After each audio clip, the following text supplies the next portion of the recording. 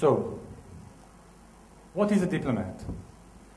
One well-known definition says that a diplomat is a person who can tell you to go to hell in such a way that you actually look forward to the trip.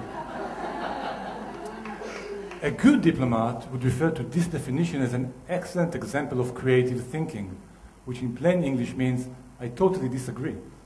Although portraying it negatively, this definition still seems to capture one aspect of what is required from a diplomat, being someone that is dealing with others with skill and tact.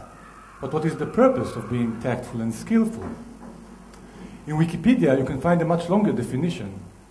It starts with, diplomacy is the art and practice of conducting negotiations between representatives of groups or states.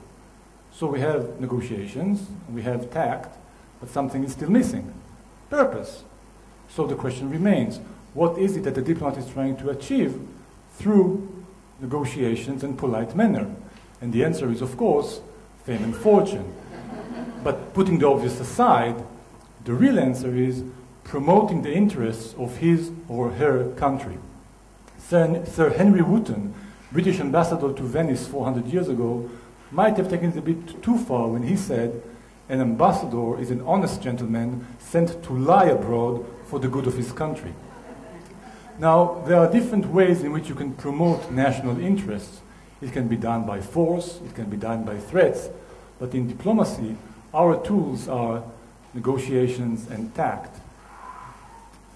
Diplomacy is all about taking into consideration the interests of others when you're trying to promote your own. You might have noticed that none of these definitions say anything about knowing the other. I didn't know any of this stuff when I joined the Ministry of Foreign Affairs at the tender age of 25. Yeah, that's me. I haven't even been abroad prior to joining the ministry. So why did I make diplomacy my career choice? Except for the obvious answers, being part of something big, trying to do something that matters, trying to contribute to my country, hoping that some glamour would rub off on me, and of course, expecting to meet exotic foreign women. I think that what really drove me into diplomacy was something that I considered back then by mistake as a character flaw, and that is curiosity. Later on, I discovered that curiosity is probably the most important driving force for a diplomat. That is because you cannot promote the interests of your country while taking into consideration the interests of others if you're not curious to know and understand the others. A diplomat which is not curious, it doesn't have the curiosity to know and learn the others, will fail, flat out. It starts with the small things, though, about knowing the other. My first posting abroad was in Eritrea, a small nation in the Horn of Africa. During my first days in Asmara, the tranquil diplomatic jargon for desolate capital city of Eritrea, I thought that most of the population suffered from a combination of ADHD and lung disease. That was because I didn't understand the Eritrean way of active listening. When we speak with others, we constantly look for signs that they are listening to us. Signs like head nods or mumbling of aha. The Eritreans don't do that. Instead, they inhale loudly, as if they are tremendously surprised by something. I didn't know that, so I, of course, by mistake, interpreted their active listening as rudeness. This minor incident didn't have any national implications, but I was also involved in exchanges in which the cultural gap led to more far-reaching implications. In a dialogue with high-ranking officials in the United States, the American side tried to explain the unprecedented budgetary difficulties that the US was facing that would likely to impair any Israeli request for additional funds. The Americans spoke of the huge difficulties, thinking that the message is strong and clear enough. The Israeli side interpreted very difficult as not impossible. Therefore, you can imagine the surprise of the Americans when they were faced with an Israeli request for additional funds. Although they might not have been that surprised, since in an earlier case, the Israeli side interpreted an American response of "I see" as "I understand and agree," Whereas the original sentiment was, of course, I understand, but still disagree. These examples show how important it is to try and bridge the cultural divide, and a good diplomat can act as a bridge if he understands the local language, the body language, the nuances, those unspoken things that are in the local society. And for this, as I said before, he needs to be curious if he wants to learn. He needs to have the craving to know and the desire to learn. Let me try and demonstrate how knowing the other is a key to success in every facet of diplomacy. As I said before, diplomacy is the art of negotiation.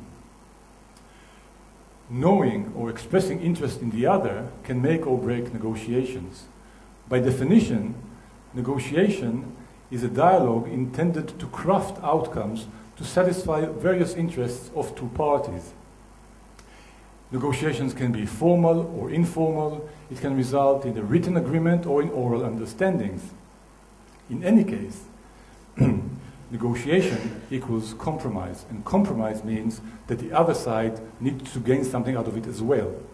Therefore, when negotiating, a good diplomat can not only compose in his head his own victory speech, he also needs to think about the victory speech of the other side. Can his partner or opponent go back to his superiors and present the outcome as a triumph?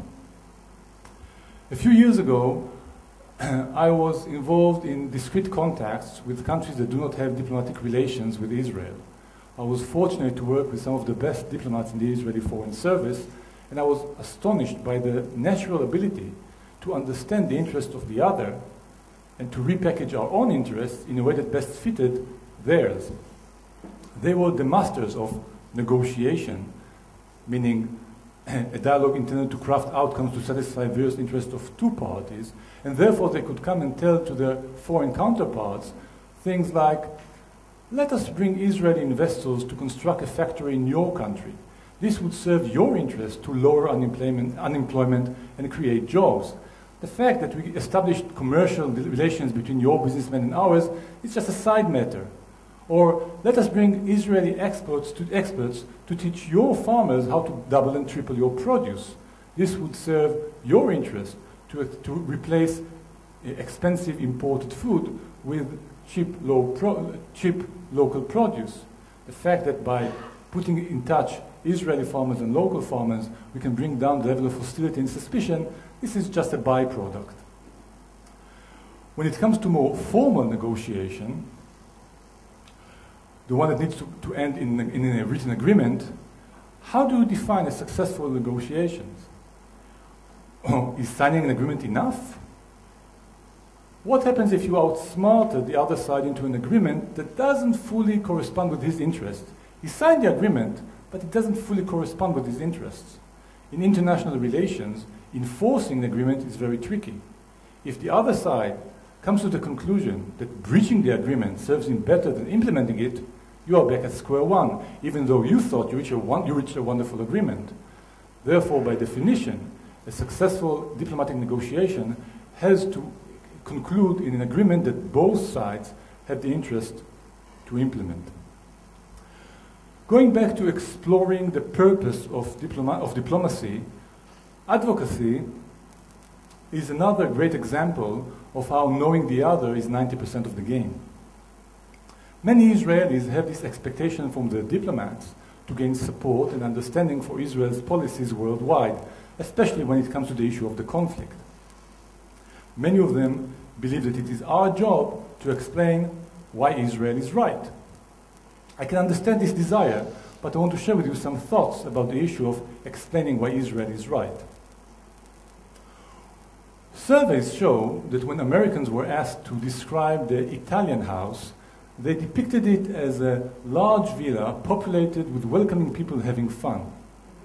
When they were asked to describe the Israeli house, on the other hand, they described it as a bunker or a fortress surrounded by a wall and populated mostly by armed men. Worldwide, Israel, unfortunately, is associated with things like danger, terrorism, instability, insecurity, conflict, and war. The problem is not whether people in the world think that Israel is right or wrong. The biggest problem is that they think of Israel via the prism of the conflict. Therefore, qualities such as stylish or fun or charming or trendy or friendly or innovative don't seem to be ones that characterize Israel worldwide. Moreover, even people that support Israel politically, in many cases, don't see it as a place to which they want to travel or do business in or to invest in or even to enjoy its culture. How does this make you feel? So many of us get upset when we hear foreigners speak about our conflict with a view which is not pro-Israeli. We have this urge to explain to them what is really going on here. We think that if we can explain it properly, things would be different. We are burning with a desire to explain, and we are really thirsty for understanding. The truth is, most people worldwide, especially when it comes to the conflict, don't think that their views are based on lacking information. They don't think that what they need are more facts. They think they know quite enough and don't really believe that more facts will change their mind. Should we be outraged by this? Let us test ourselves. What goes through your mind when you think about places like Ireland or Rwanda or Yugoslavia or Kashmir? Who was wrong and who was right there? What really happened in these conflicts? How much of what you think or feel about this place has to do with what we really know about what that happened there? Do you really want to know more about the origins of these conflicts, or you simply want to say, I support long-lasting peace and end to violence? So why do we expect others to want to know more about us when we don't really make this effort to know more about them?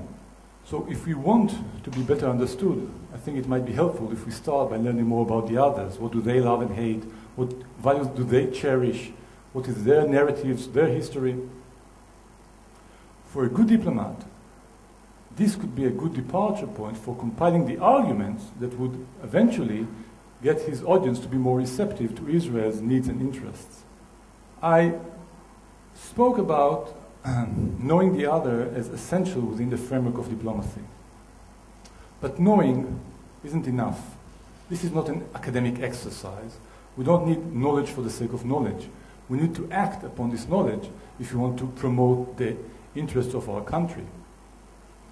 My last story has to do with the one time in which I didn't practice what I preach. I had the information, I had the knowledge, but didn't act upon it, and found myself in a rather embarrassing situation. When I was posted in Prague, I joined my ambassador for a meeting with the Czech Prime Minister Miloš Zeman. I haven't met him before, but I knew from the local press that he really likes to drink. I should have prepared myself, but I didn't. When the meeting began, he ordered some Campari, and he asked me to join him. Whenever he took a sip from his glass, I took one from mine. Since I didn't have anything to eat before, and since I'm really a bad drinker, within minutes, I was tipsy.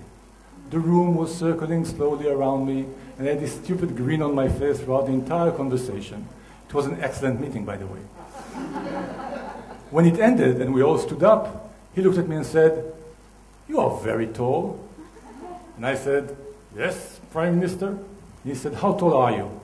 And I replied, "I'm 2 meters tall, Prime Minister." And he said, "I'm only 192. And then I, a junior diplomat, who is not in full control of his senses, raised my long, long arm and with all my might landed it on his shoulder and cried out, "Don't worry, you might still grow taller."